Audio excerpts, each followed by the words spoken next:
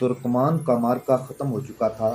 صلاح الدین ایوبی کے کمانداروں اور سالاروں کی نگاہ میں یہ معرکہ اپنے اختتام کو پہنچا تھا، جنہوں نے الملک الصالح، سیف الدین اور گمشتگین کی متحدہ افواج کو ان کی توقعات کے خلاف بے ترتیب اور بزدلانہ پسپائی پر مجبور کر دیا تھا۔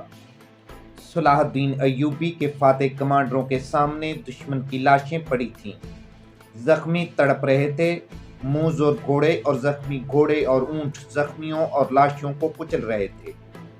دشمن کے جو سپاہی بھاگ نہیں سکے تھے وہ ہتھیار پھینک کر الگ جمع ہوتے جا رہے تھے۔ بے انداز تلواریں، ڈالیں، برچھیاں، کمانیں، تیروں سے بھرے ہوئے ترکش خیمے، فوجیوں کا ذاتی سامان جس میں نقدی اور قیمتی اشیاء بھی تھیں، دور دور تک بکھری ہوئی تھی۔ صلاح الدین ایوبی اس مقام پر کھڑا تھا جو اس کے دشمن اتحادیوں کے سپریم کمانڈر سیف الدین غازی کا ہیڈ کوارٹر اور اس کی رہائش گاہ تھی۔ پہلے بھی بیان کیا جا چکا ہے کہ سیف الدین اپنی افواج کو بکھرتا اور سلطان ایوبی کی فوج کی فتح کو یقینی جان کر کسی طرف گم ہو گیا تھا اور بغیر بتائے بھاگ گیا تھا۔ اس کا فرار خفیہ تھا اور شرمناک بھی۔ اس کے ساتھ اس کے حرم کی منتخب لڑکیاں تھیں، ناچنے گانے والیاں ان کے سازندے تھے، سونے کے سکوں اور دیگر نقدی کی بوریاں بھری ہوئی تھیں۔ یہ رقم افواج کی تنخواہ تھی اور یہ سلطان ایوبی کے آدمیوں کو خریدنے کے لیے بے دریغ استعمال ہوتی تھی۔ سیف الدین کی یہ رہائش گاہ دلکش کپڑوں کے خیموں، کناتوں اور شامیانوں سے بنی ہوئی تھی۔ یہ کپڑے کی دیواروں اور چھتوں کا محل تھا۔ اس دور کے جنگجو حکمران ایسے محل اور تمام تر آسائش اور عشرت کا سامان ساتھ رکھتے تھے۔ سیف الدین بھی انہی حکمرانوں میں سے تھا۔ اس نے شراب کی سرائیاں، رنگا رنگ پیالے اور مٹکے بھی ساتھ رکھے ہوئے تھے۔ سلطان ایوبی کپڑوں کے اس دل فریب محل کو دیکھ رہا تھا۔ اس کی نظر پلنگ پر پڑی، وہاں تلوار پڑی تھی۔ سیف الدین ایسا بوکھلا کر بھاگا تاکہ تلوار ساتھ لے جانا بھول گیا تھا۔ سلطان ایوبی نے تلوار اٹھا لی، نیام سے نکالی، تلوار چمک رہی تھی۔ سلطان ایوبی اس تلوار کو دیکھتا رہا، اپنے ساتھ کھڑے دو سالاروں کی طرف دیکھا اور اس نے کہا، مسلمان کی تلوار پر جب عورت اور شراب کا سایہ پڑ جاتا ہے تو یہ لوہے کا بیکار ٹکڑا بن جاتی ہے۔ اس تلوار کو فلسطین فتح کرنا تھا، مگر سلیب نے اسے اپنے گناہوں میں ڈبو کر اپنی طرح لکڑی کا ڈنڈا بنا ڈالا۔ جو تلوار شراب سے بھیگ جائے وہ لہو کے رنگ سے محروم رہتی ہے۔ اس سے ملحق ایک وسیع اور خوشنما خیمے میں جوان اور حسین لڑکیاں نیم عریاں ڈری اور سہمی ہوئی بیٹھی تھی۔ انہیں اپنا انجام کچھ اور نظر آ رہا تھا۔ فاتح فوج کے قبضے میں آ کر وہ جانتی تھی کہ ان کے ساتھ کیا سلوک ہوگا۔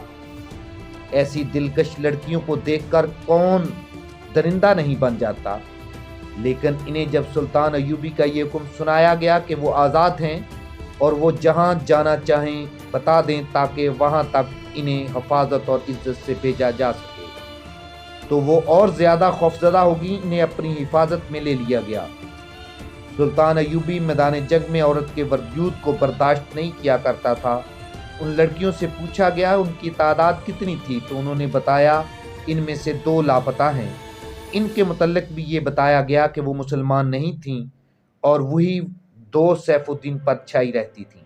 یہی کہا جا سکتا ہے کہ سیف الدین کے ساتھ وہ بھی بھاگ گئے۔ اس دور کی جنگوں میں عموماً یوں ہوتا تھا کہ جنگ ختم ہوتے ہی فاتح فوج مال غنیمت پر ٹوٹ پڑتی تھی۔ زیادہ تر فوجی شکست خوردہ فوج کے اعلیٰ کمانڈر کی رہائش گاہ یعنی مرکز پر دعویٰ بولتے تھے، کیونکہ وہاں خزانہ شراب اور عورتیں ہوتی تھیں۔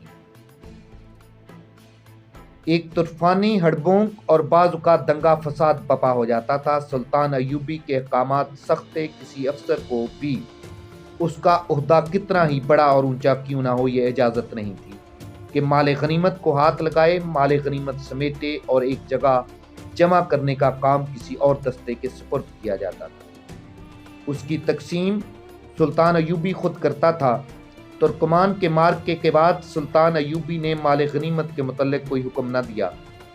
اس نے اپنے اور دشمن کے زخمیوں کو اٹھانے، مرہم پٹی کرنے اور جنگی قیدیوں کو الگ کرنے کا حکم دیا تھا۔ سلطان ایوبی جنگ میں نظم و نسق اور ڈسپلن کی سختی سے پابندی کراتا تھا۔ اس معرکے میں دشمن بے ترتیبی سے بھاگا تھا۔ سلطان ایوبی کے بعض دستوں نے تعاقب بھی کیا تھا، لیکن اس کی ٹریننگ ایسی تھی کہ تعاقب میں بھی دستے اور جیش ترتیب میں اور ایک دوسرے کے ساتھ رابطے میں رہتے۔ سلطان ایوبی نے تعاقب رکوایا اور دائیں بائیں پہلو کو اسی طرح تیار رکھا جس طرح جنگ سے پہلے تھے۔ حملے میں اس نے دوسرے دستے، چھاپا مار اور ریزرو کی کچھ نفری استعمال کی تھی۔ معرکہ ختم ہونے کے بعد اس نے پہلوؤں کے دستوں کو سمیٹا نہیں تھا۔ اس کے علاوہ اس نے اپنے محفوظ سٹرائک فورس کو فوراً واپس بلا کر اسے اپنی کمان میں لے لیا۔ دشمن کے ساز و سامان اور جانوروں وغیرہ کے متعلق کیا حکم ہے؟ ایک سالار نے سلطان ایوبی سے پوچھا اور کہا، لڑائی ہمارے حق میں ختم ہو چکی۔ میں ابھی اس خوش فہمی میں مبتلا نہیں ہوا۔ سلطان ایوبی نے کہا، لڑائی ابھی ختم نہیں ہوئی، میرا سبق اتنی جلدی بھول نہ جایا کرو۔ ہم نے دشمن کی مرکزیت اور جمعیت کو بکھیرا ہے۔ کیا ہمارے کسی دستے نے اس کے پہلوؤں پر حملہ کیا تھا؟ نہیں کیا تھا۔ مجھے شک ہے کہ اس کے دونوں نہیں تو ایک پہلو محفوظ ہے۔ وہ آخر 3 فوجیں تھیں، ان کے سالار، کماندار اور سپاہی اناڑی نہیں ہو سکتے۔ ان کے جو دستے لڑائی میں شامل نہیں ہوئے، انہیں وہ جوابی حملے کے لیے استعمال نہ